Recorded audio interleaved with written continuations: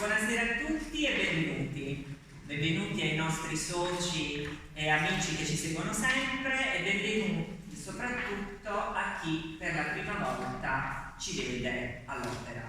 Noi chi siamo? Siamo un'associazione culturale, ci chiamiamo Serata con Maria Antonietta.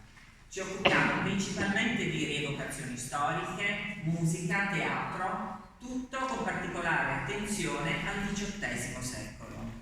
Siamo molto contenti di essere qui perché quale location migliore per proporvi quello che faremo stasera. Inizio appunto per ringraziare l'Ecomuseo della Valle d'Itria che ha organizzato questo nostro piccolo incontro, soprattutto